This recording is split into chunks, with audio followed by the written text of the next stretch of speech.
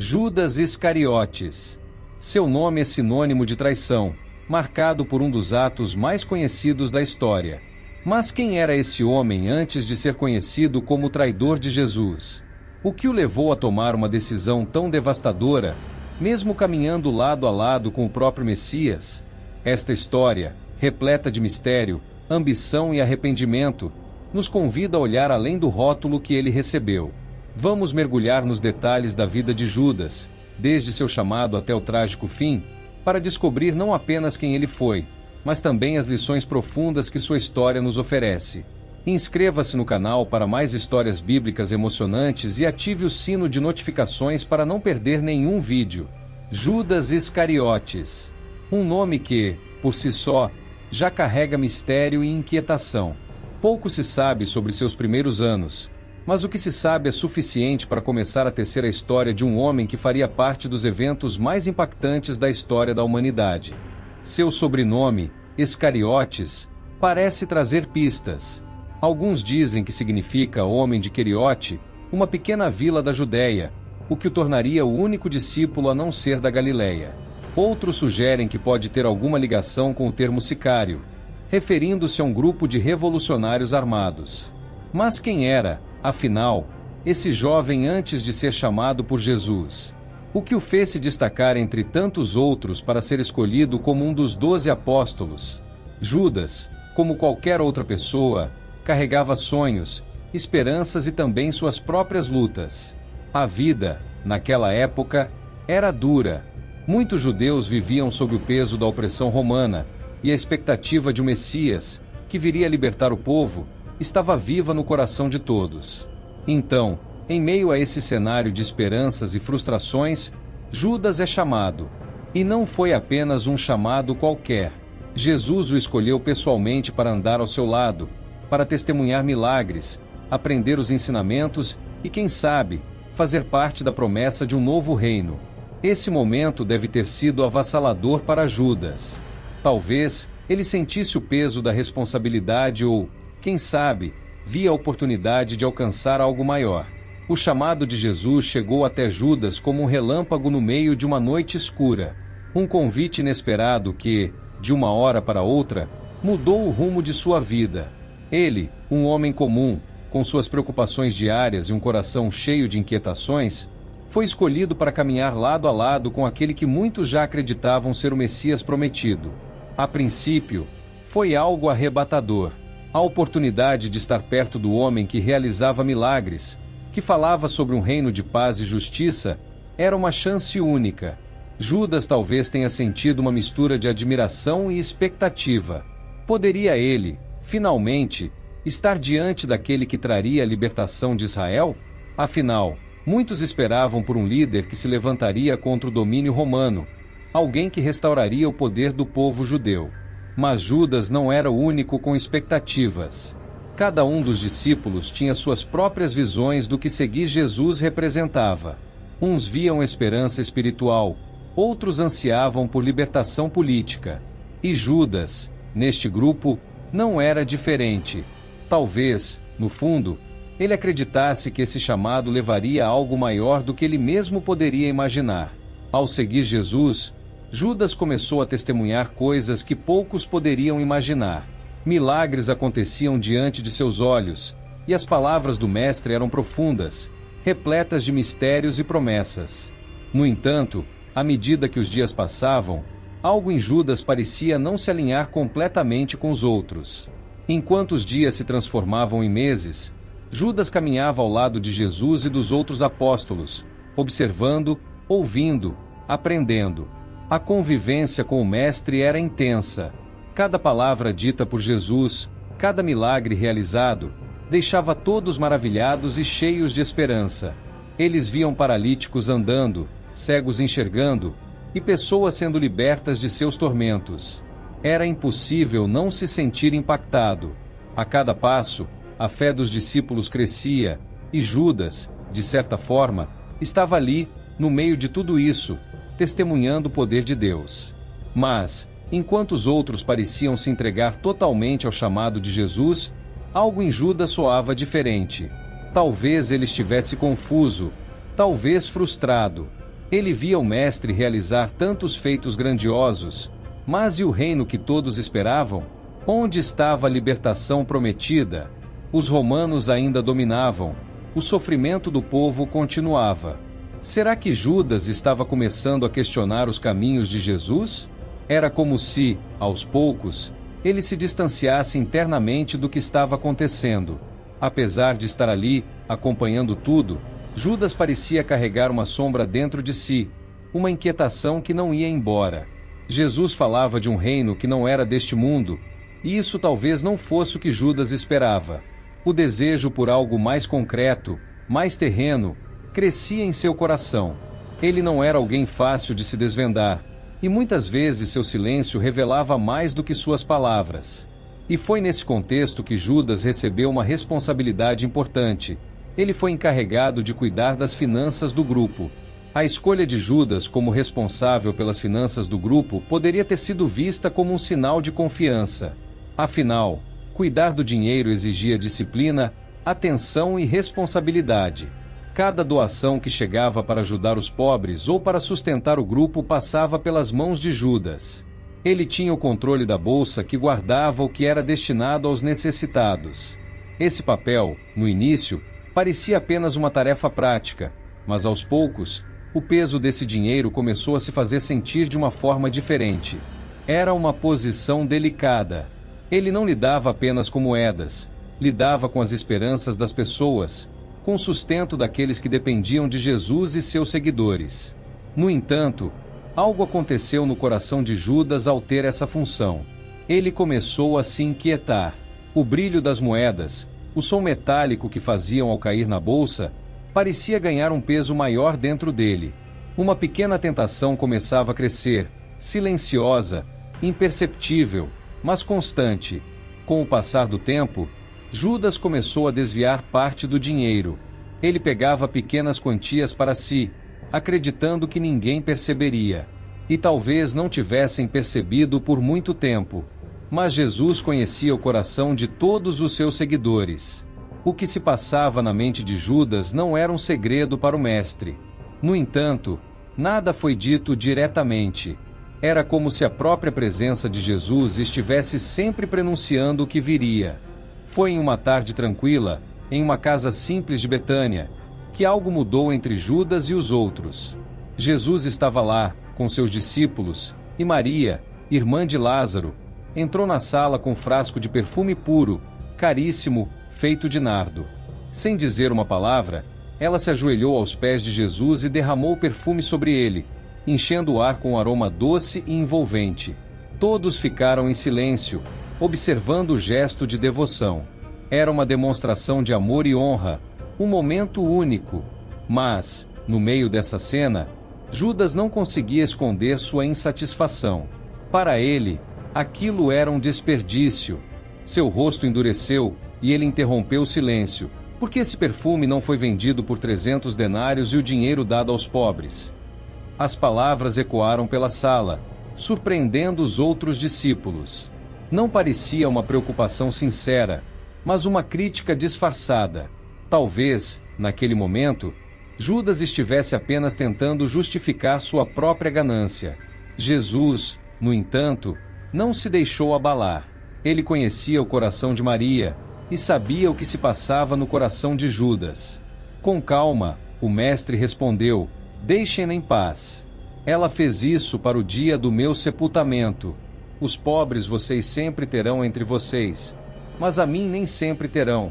As palavras de Jesus foram uma defesa clara do ato de Maria. Judas ficou em silêncio, mas algo nele havia mudado profundamente. A partir daquele momento em Betânia, algo sombrio começou a tomar conta de Judas. Talvez fosse a frustração, a ganância ou, quem sabe, o desencanto crescente com as palavras de Jesus, que falava de um reino que não parecia se materializar da forma que ele esperava. Judas ansiava por algo mais tangível, algo que seus olhos pudessem ver e suas mãos pudessem segurar. E, em meio a essa inquietação, uma força maior começou a envolvê-lo. As Escrituras dizem que Satanás entrou em Judas. Não foi um evento repentino, mas como uma sombra que, pouco a pouco, cobria seu coração.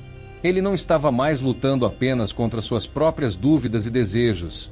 Agora, ele se tornava um peão em um plano muito maior, um plano de trevas e traição. Judas talvez acreditasse que ainda estava no controle de suas ações, mas, na realidade, seu caminho estava sendo conduzido para algo que ele jamais poderia ter imaginado. Era como se cada decisão que tomava o empurrasse mais fundo em um abismo do qual ele não conseguia escapar. E, no silêncio de seus pensamentos, as vozes que o atormentavam se tornavam cada vez mais altas. O que ele esperava de Jesus? Um líder político? Um libertador do povo de Israel? Cada vez mais, Judas percebia que o que Jesus oferecia era algo que ele não estava disposto a aceitar. E assim, guiado por essa força invisível, ele começou a planejar o que seria o maior ato de traição da história. Com a mente tomada pela escuridão, Judas sabia exatamente o que precisava fazer. Ele saiu à procura dos líderes religiosos, aqueles que sempre estavam à espreita, buscando um jeito de capturar Jesus sem causar alvoroço entre o povo. Judas conhecia os caminhos, as vielas escuras onde as conversas aconteciam em segredo, longe dos olhos atentos da multidão. E foi lá, na sombra desses encontros, que ele ofereceu o que os sacerdotes mais queriam, uma forma de prender Jesus sem que ninguém percebesse. O preço foi discutido, e 30 moedas de prata foi o valor acordado. 30. O suficiente para comprar um campo ou pagar por um escravo. Judas, que antes tinha em suas mãos o dinheiro destinado a ajudar os necessitados, agora aceitava essa soma para atrair aquele que ele havia seguido por tanto tempo. Os líderes religiosos ficaram satisfeitos. Finalmente, tinham em suas mãos a chave para prender Jesus, e o próprio Judas seria o guia para isso. A combinação estava feita. Ele sabia exatamente onde e quando Jesus estaria, em um lugar isolado, longe das multidões. Tudo estava armado. Judas, agora, apenas esperava o momento certo. Mas, no fundo, mesmo com as moedas em sua posse, uma inquietação parecia crescer dentro dele. E essa inquietação só aumentaria quando a última ceia se aproximasse, onde Judas se sentaria à mesa com Jesus e os outros, sabendo que havia tramado. A sala estava silenciosa, exceto pelo som suave dos discípulos reunidos ao redor da mesa. Era a última ceia, embora poucos ali soubessem disso. Jesus, no centro, os olhava com uma calma impressionante, como se estivesse em paz, mesmo sabendo o que estava prestes a acontecer. Judas, por sua vez, estava ali também, com as 30 moedas ainda pesando em sua mente, embora ninguém, além dele e de Jesus, soubesse o que ele havia tramado. Ele comia, bebia, olhava para os outros, mas seu coração estava distante, atormentado pela sombra da traição que carregava. Foi então que, no meio do jantar, Jesus fez uma declaração que gelou o sangue de todos. Um de vocês vai me trair. As palavras ressoaram pela sala como um trovão, e o silêncio que se seguiu foi sufocante.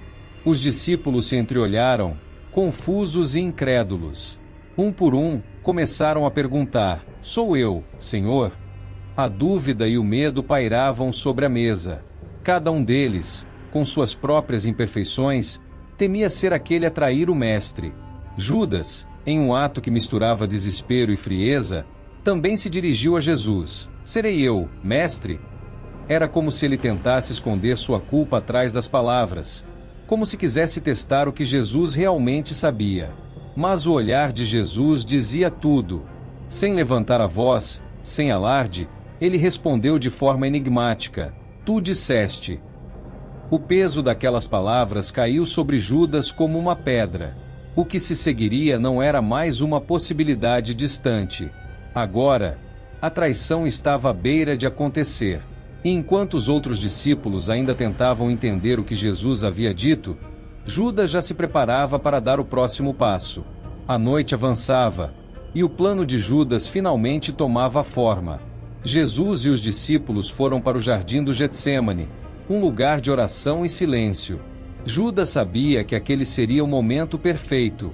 Longe das multidões, sob a luz fraca das estrelas, ele conduziu os guardas até Jesus. O ar estava pesado, e o cheiro das oliveiras misturava-se ao som abafado dos passos cautelosos que se aproximavam. Judas guiava o grupo de soldados e líderes religiosos, suas mãos segurando as 30 moedas dentro da bolsa como se tentasse se convencer de que aquilo era necessário. Ele estava à frente, um traidor à sombra, preparando-se para entregar seu mestre com um gesto que, até então, significava carinho e respeito. Um beijo. Ao chegar ao jardim, ele viu Jesus, calmo como sempre, esperando. Seus companheiros, cansados, mal sabiam o que estava prestes a acontecer. Judas, com o coração acelerado, aproximou-se e, sem hesitar, cumpriu o que havia combinado com os guardas. Com uma expressão que misturava culpa e falsa serenidade, ele se inclinou para Jesus e, como havia prometido, beijou-o. O silêncio do jardim foi quebrado pelo som dos soldados avançando. O beijo de Judas selou o destino de Jesus, mas também o seu próprio. Jesus, no entanto, não reagiu com raiva. Apenas olhou para Judas e suas palavras ecoaram como um último chamado: Amigo, para que vieste? Judas, já preso em suas próprias escolhas, não respondeu. O arrependimento ainda não havia se manifestado plenamente, mas aquela pergunta ficaria gravada em sua alma. Os soldados prenderam Jesus, e o caos se espalhou entre os discípulos. Enquanto todos fugiam, a traição estava consumada, mas para Judas, algo ainda mais sombrio o aguardava. Quando Judas viu Jesus ser levado pelos soldados, o peso de suas ações começou a se revelar de forma esmagadora. O que ele havia feito não parecia mais parte de um plano, mas de uma tragédia que agora ele não podia controlar. As 30 moedas de prata que antes tinham algum valor, de repente, se tornaram um fardo insuportável, cada uma delas parecendo pesar mais que sua própria alma. A cada passo que dava, o arrependimento começava a se arrastar por dentro dele como uma serpente. Ele já não via os líderes religiosos como aliados. Aqueles homens que tinham prometido segurança e proteção para Judas não tinham mais nenhum interesse nele. O foco agora era apenas Jesus, e Judas não passava de uma peça descartada em um jogo muito maior. Desesperado e confuso, ele decidiu voltar. Ele precisava desfazer o que havia feito, precisava entregar as moedas de volta, como se isso pudesse apagar o que já estava feito. Ao chegar diante dos sacerdotes, Judas atirou as moedas no chão, com a voz embargada de culpa e desespero: Pequei, traindo sangue inocente. Mas, com frieza, eles simplesmente responderam: O que nos importa? Isso é contigo. Não havia redenção naquele lugar. Judas estava sozinho, e o peso do seu ato parecia esmagá-lo cada vez mais. As moedas espalhadas pelo chão refletiam a luz fraca do templo, mas o brilho que antes fascinava Judas agora era insuportável. Ele fugiu dali, correndo em meio à escuridão da cidade, o coração pesado e a mente em colapso. A culpa crescia dentro dele, como uma tempestade prestes a explodir. E naquela noite, sem mais esperança, Judas tomou a decisão que o levaria ao seu fim. A noite caiu pesada sobre Judas. O arrependimento já não era uma sombra distante, mas um monstro que o consumia por dentro. Ele corria sem rumo, fugindo de algo que estava mais perto do que ele poderia suportar: sua própria consciência. O som das moedas que ele havia jogado no templo ainda ecoava em sua mente, e com ele, a lembrança do olhar de Jesus. Um olhar que, diferente dos outros, não trazia condenação, mas tristeza profunda. Aquele olhar o perseguia. Judas não encontrou paz. Nenhum lugar parecia seguro, e sua alma se contorcia em agonia. Ele estava perdido, preso entre o remorso e a desesperança. A traição havia sido consumada, e agora não havia mais volta. O que restava para ele?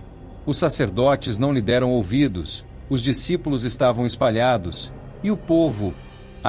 o povo! Ele sabia que jamais conseguiria encarar ninguém novamente. Foi então que, em um ato de desespero, Judas tomou a corda que levava consigo. Em um campo solitário, longe dos olhares de qualquer pessoa, ele preparou o que seria o seu fim. O vento soprava suave, como se o próprio mundo lamentasse o destino trágico daquele homem que, por ganância ou ilusão, havia traído o Filho de Deus.